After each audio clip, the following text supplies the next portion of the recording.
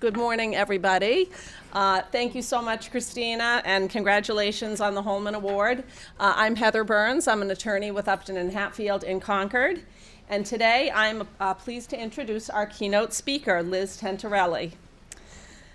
Liz is the president of the League of the Women Voters of New Hampshire. She's held that position since 2009. The League of Women Voters of New Hampshire is a nonpartisan political organization, and Liz has been a proud member of the organization for 25 years. Liz's career spanned over 30 years, teaching high school and college students, including 19 years at Merrimack College in North Andover, Massachusetts. Liz has also held appointed offices in 2 town governments and served 12 years as an elected library trustee in Newbury, New Hampshire. From 2009 to 2012, the League of Women Voters of New Hampshire studied the impact of women incarcerated in New Hampshire. And Liz co-chaired that study committee and visited county houses of correction, the women's prison and halfway houses, and drug court sessions, and interviewed state and county corrections officials. Using the research of this study, Liz testifies on legislation regarding incarceration and alternatives, and she advocates publicly for improved programs for women offenders. As a result of her work on these incarceration issues, she was appointed in February of 2015 by Governor Maggie Hassan to the Citizens Advisory Board for New Hampshire Correctional Facility for Women. Liz has also presented courses on issues surrounding female incarceration through Adventures in Learning in New London and OLLI in Concord and Manchester. Liz also frequently testifies in the New Hampshire legislature in the name of the League on voting rights bills. We are so honored to have LizTentarelli speak with us at this year's breakfast, since it is the centennial year of the women's suffrage movement. Thank you, Liz. Thank you, Heather, for that introduction. Thank you, Marcia, for inviting me today. It's not only the centennial of the women's suffrage movement, but it's the centennial of the League of Women Voters. The National American Women's Suffrage Association met exactly 100 years ago and changed its name to the League of Women Voters, on the theory that now that women were about to get the vote, they needed to know how to use it, how to study issues, how to vote from a position of knowledge. I couldn't help but research more about the women's suffrage movement as a result of that centennial. Now, in the United States, the movement for women's voting rights didn't spring full-blown in and of itself. Rather, it was part of a larger striving for equality, the kind of equality that Christina talked about in the larger society. It was a combination of broad changes in attitudes, of women's own perceptions of themselves, of some major national events, such as the Civil War and World War I, but mostly a process of women finding and using their civic voices. And as with other big changes in society, key figures have emerged, and you'll recognize names that you might remember from high school history classes. But there were thousands upon thousands of women and men who worked for suffrage and for equality of women's rights that we don't even hear about today. In that story about women's suffrage, we can't ignore the loyal opposition. The reasons, both serious and comic, biblical, political, social, emotional, and practical, of why women should not be in the dirty pool of politics, as one period sign described it. So where do we start with this story? In the decades before the Civil War, many women were part of the abolition movement to end slavery. 2 of those women were Sarah and Angelina Grimke, sisters from South Carolina. So imagine being an abolitionist in South Carolina in the 1830s. And when they spoke publicly, they were derided not only for their abolitionist ideas, but for the very notion that women would speak in public at a time when women, like children, were best seen and not heard. In 1840, there was an international abolition convention in London. And among the people who attended that from the United States were Lucretia Mott and Elizabeth Cady Stanton. I see some nods. Good, you're remembering your U.S. history class. Wonderful. In fact, Elizabeth Cady Stanton and her husband Henry were there on their honeymoon. So she was a young woman at that time. They got to the convention and thought that just as in the United States, where women would be an active part of it, these women were told, no, you can't sit on the floor of the convention. You will sit in the gallery and you will not speak. And I imagine Mott and Stanton kind of nudging each other with their elbows, saying, wait till we get back to the United States. We'll take care of this. Well, it took 8 years. Elizabeth Cady Stanton, like any good bride, promptly produced a few children. And then in 1848, they did hold a women's rights convention in Seneca Falls, New York. The intended focus was on the social, civil, and religious rights of women. Now, I want to read a little bit from something that Harriet Beecher Stowe, the author of Uncle Tom's Cabin, wrote about the plight of married women at that time. The position of a married woman is, in many respects, precisely similar to that of the Negro slave. She can make no contract and hold no property. Whatever she inherits or earns becomes at that moment the property of her husband, who can take and use her wages without consulting her.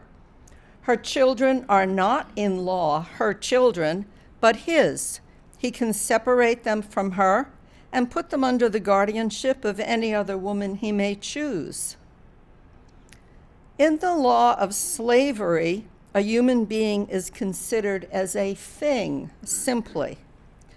But in English common law, a married woman is nothing at all. She passes out of legal existence.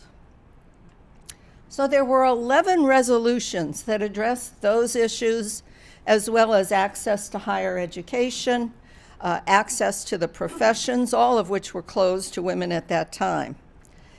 Those 11 resolutions passed unanimously among the 300 attendees at that first rights convention. But Elizabeth Cady Stanton had added one more, and that was the right to vote. She recognized that the right to vote, to elect our legal representatives, is the right by which all other rights are secured. And when that was brought up, well, first of all, when her husband saw the draft of it, he said, Elizabeth, I support you, but not this, and he left town for the weekend. But when that was brought up on the floor, it met opposition.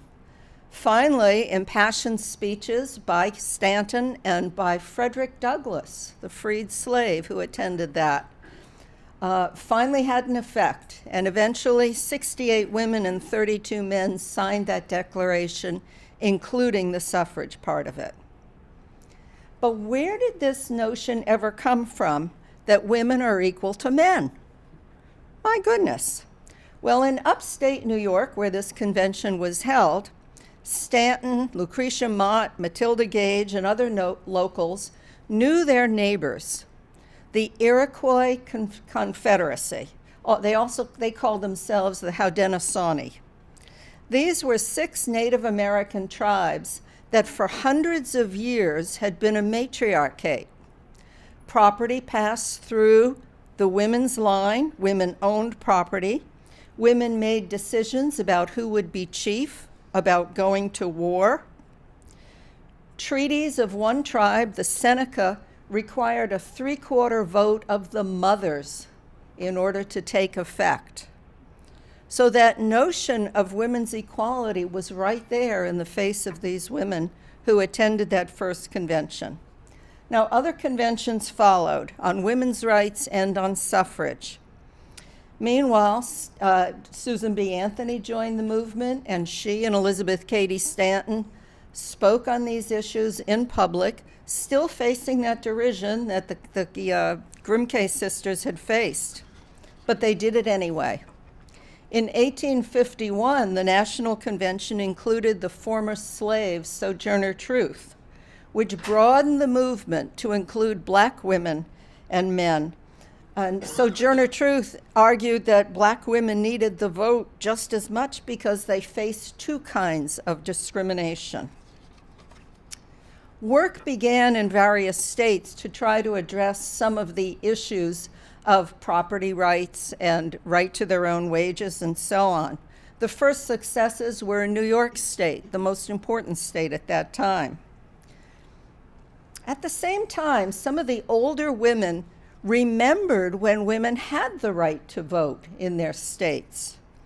Until 1780 in Massachusetts, until 1784 here in New Hampshire, all the way up till 1807 in New Jersey. Now, I don't mean to imply that women were going to the polls in huge numbers at that time. We still had the idea that only people with property could vote. So it would have to be a widowed lady with no children who owned property who would have the right to vote. And we honestly don't know how many women even exercise that right. But it did exist until state constitutions started writing it out. All right, by the 1850s, the suffragists had succeeded in getting some property rights for women in some states. That meant they were paying taxes. So they started using the argument that taxation without representation was wrong as the basis for their right to vote. Lucy Stone, can we nod yet? Remember that name? Okay. Lucy Stone refused to pay her taxes on that basis. The authorities came in and took her tables and chairs and sold them at auction in order to get her tax money. All right, the Civil War intervened in this push for women's rights.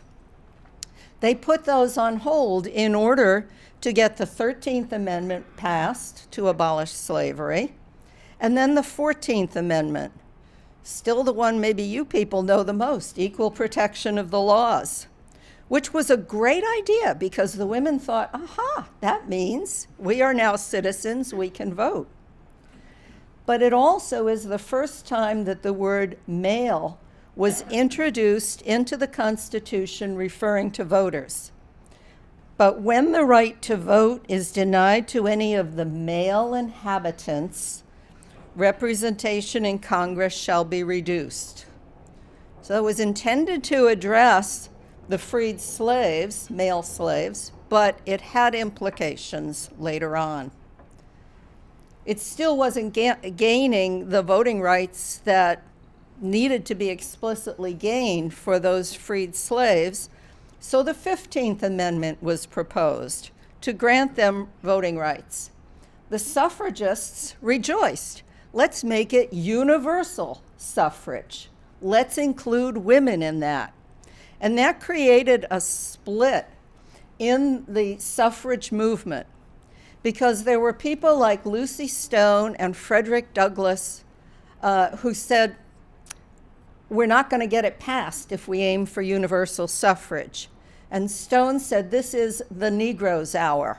Let's get that passed so black men can vote. Stanton, Anthony, and others said, we'll never have another chance like this again, not for decades. They were right. So let's push for universal suffrage.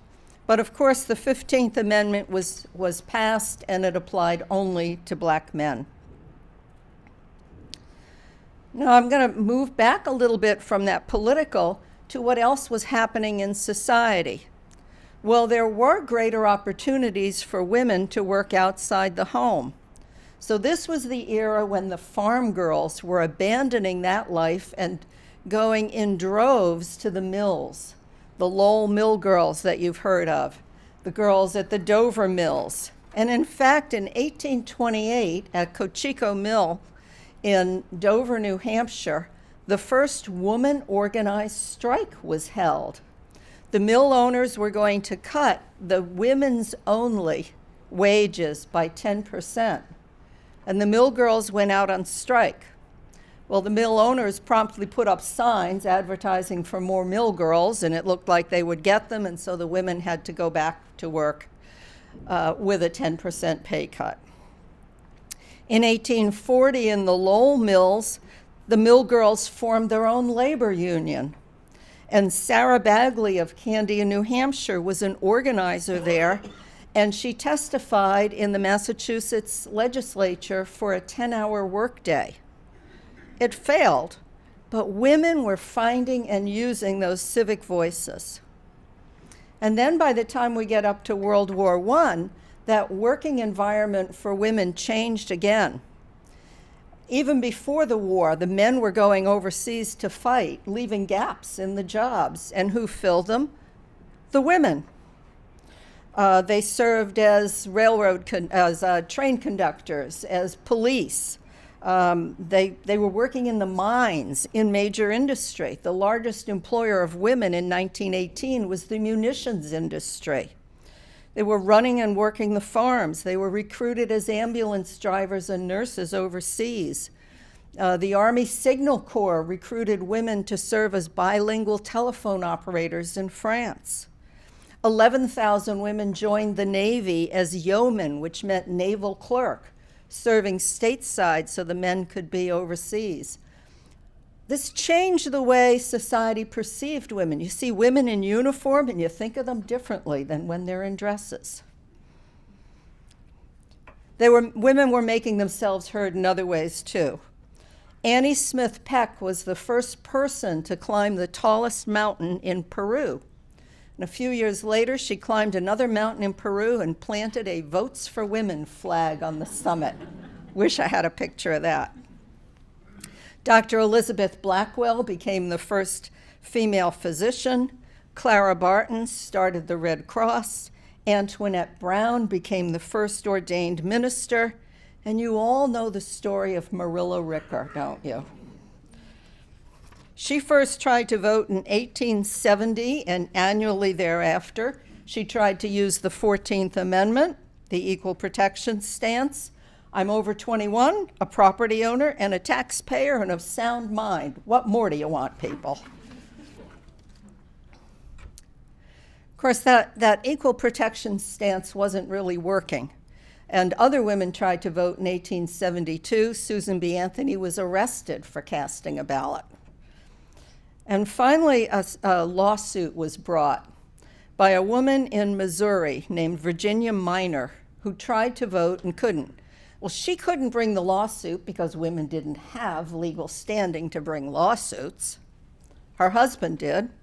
So this is Minor versus Happersett, which was decided by the U.S. Supreme Court in 1875, who declared that the Equal Protection Clause did not apply to voting.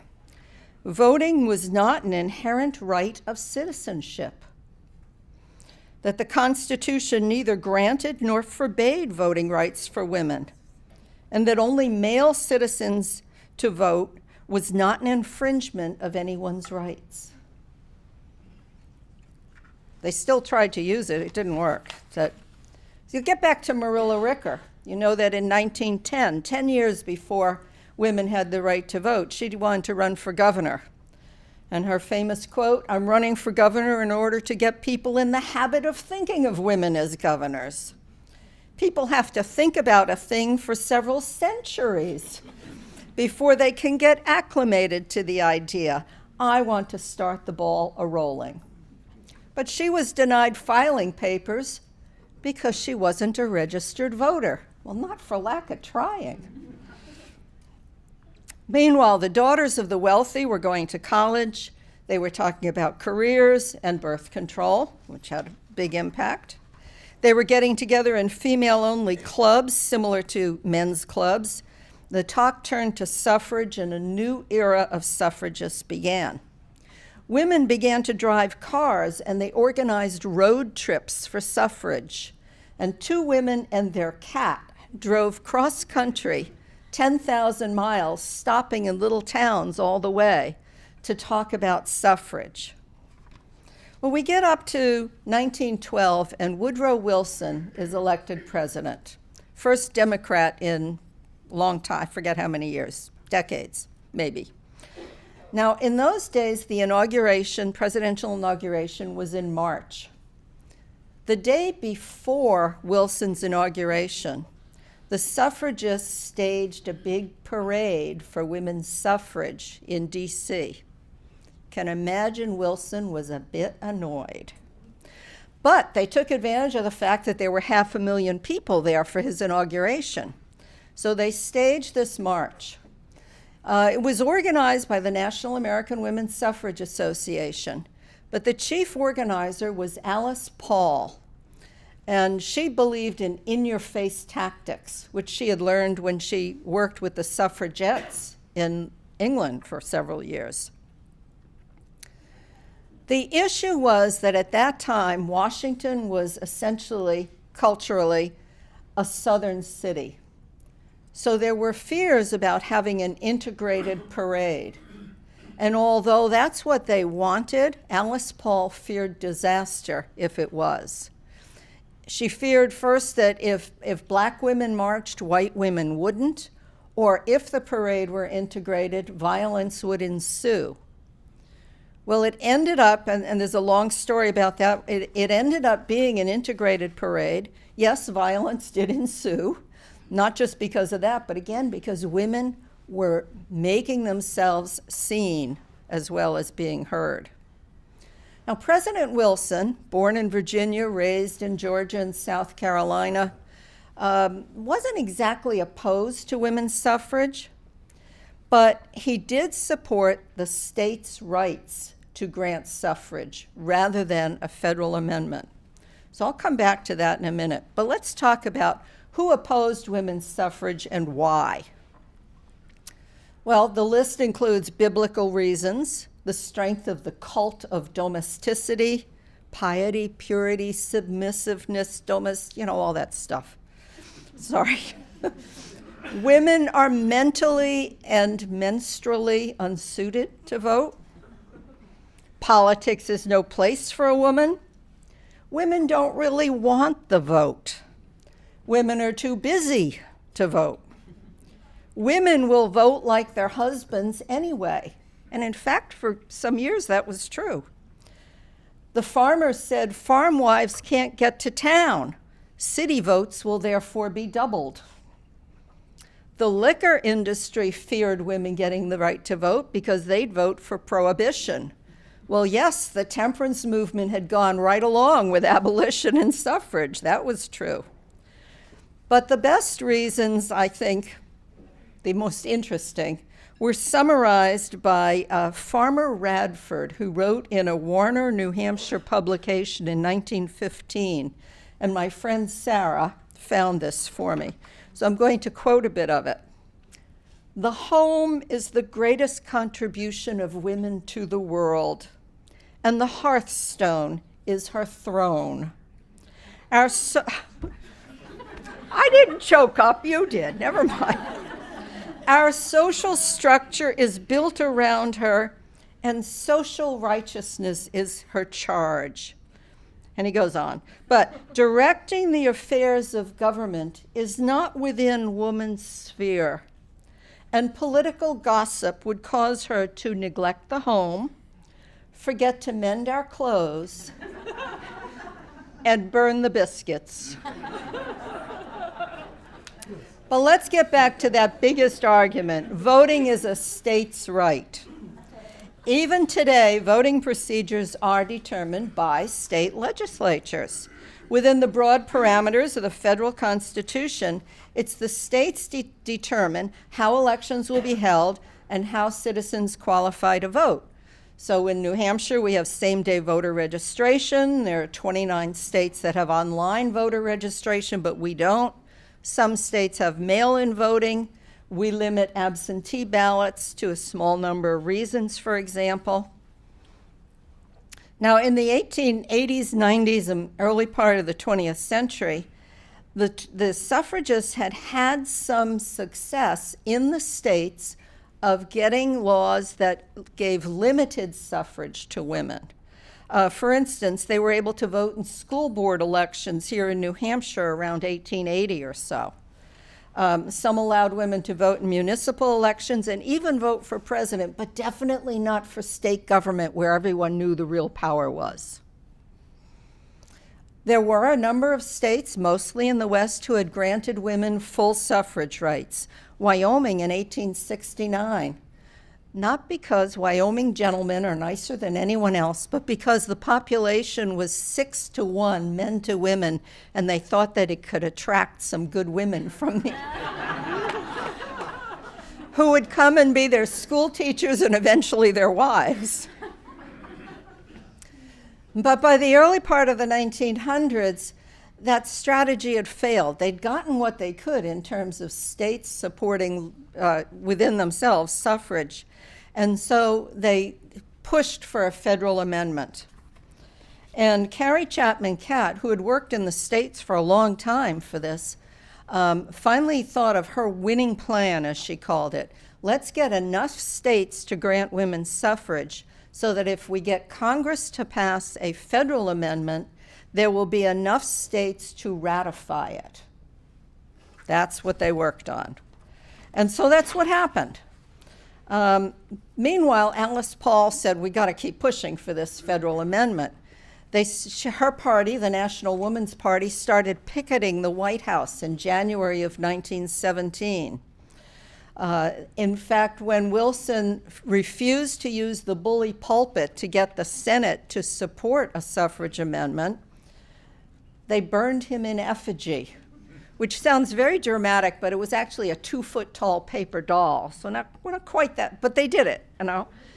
Anyway, by then the war was over, and Wilson had recognized the efforts of the women during the war in many ways, and finally he did respond. Congress passes the amendment, and then it goes to the states. New Hampshire became the 16th state to ratify it, but some states refused to call special sessions to ratify it, including Connecticut and Vermont. They would have been a shoo-in, but they wouldn't call special sessions. So we get to the point where we've got 35 of the 36 states, and we get to Tennessee in summer of 1920. Now, Tennessee, of course, is a southern state, and they had granted white women some voting privileges, but very much feared extending voting rights to black women. They'd had enough trouble trying to keep black men from voting, even though legitimately they could. It passed the Senate, but then it got to the House, and it looked like it would be a 48-48 tie. Fascinating story about that I can't go into here, about some of the shenanigans that went on to try to convince the legislators one way or the other. Thousands of suffragists were there and anti-suffragists. So it looks like it's going to be tied. The day before the vote was to be taken, young Harry Byrne, 24 years old, the youngest legislator, was passed a note which he read. It was from his mother. And the next day, when the vote is taken, Harry Byrne, who they thought was on the anti-side, casts the pro-suffrage vote. And then one other man changed his vote. The next day, Harry Byrne says to the assembled Tennessee House that he voted for suffrage because he believed it was morally right, but also, I know that a mother's advice is always safest for her boy to follow. So the 19th Amendment became law. That November, 8 million women voted. That may not sound huge, but some states wouldn't allow them to register because the date had gone by. But we started. Now, who didn't get to vote? Well, Chinese Americans didn't become citizens until 1943, so they couldn't vote. Black women, like black men, faced those Jim Crow laws in the South until the Civil Rights Movement and the Voting Rights Act of 1965. Native Americans had to wait until 1924 to get full citizenship and voting rights. When the Voting Rights Act was somewhat gutted, if I can use that word, in 2013 by the Shelby versus Holder Supreme Court ruling, voter suppression laws started to increase in the states. And gerrymandering is one of those effects. We know that every 10 years people redistrict their states. The legislature often does it. We had a ruling against racial gerrymandering in Pennsylvania in 2017, but just last year, the Supreme Court ruled that they have no role in partisan gerrymandering. So we still have a states' rights issue, don't we, in terms of voting? So it leaves it up to the states to do the right thing. 21 states have created independent redistricting commissions to protect the voting rights of all of us. New Hampshire could be the next state to do that. House Bill 1665 will likely be voted on in the next few weeks, and it is our state's rights and our personal rights to do the right thing, to have an independent redistricting commission rather than the legislature draw those districts. Now, I said the League of Women Voters is the direct descendant of that suffrage movement, and this year, in our 100th anniversary, we are doing a nationwide campaign for people-powered maps to create independent redistricting commissions to protect all of our rights to vote. And in the states that have it, to defend those against any court challenges. So I hope that if you get a chance later, you can stop at our table in the registration area. We have information on that New Hampshire bill, and we'd be glad to talk with you about it. I also have a computer set up showing lots of historic slides from the suffrage movement that you might enjoy looking at. But in 1 minute, to get back to our original discussion of women's equality, the ERA has now been ratified. There's my pin that I got in 1972. So we've got the 38 states. The House of Representatives just passed an extension of the deadline bill. We have to get the Senate to do that next. There probably will be a court challenge to that. But just like the suffrage fight, women are certainly in this fight for equality of rights for the long haul. So thank you very much for letting me join you this morning. It's been delightful. I hope to see you down there later. Thank you.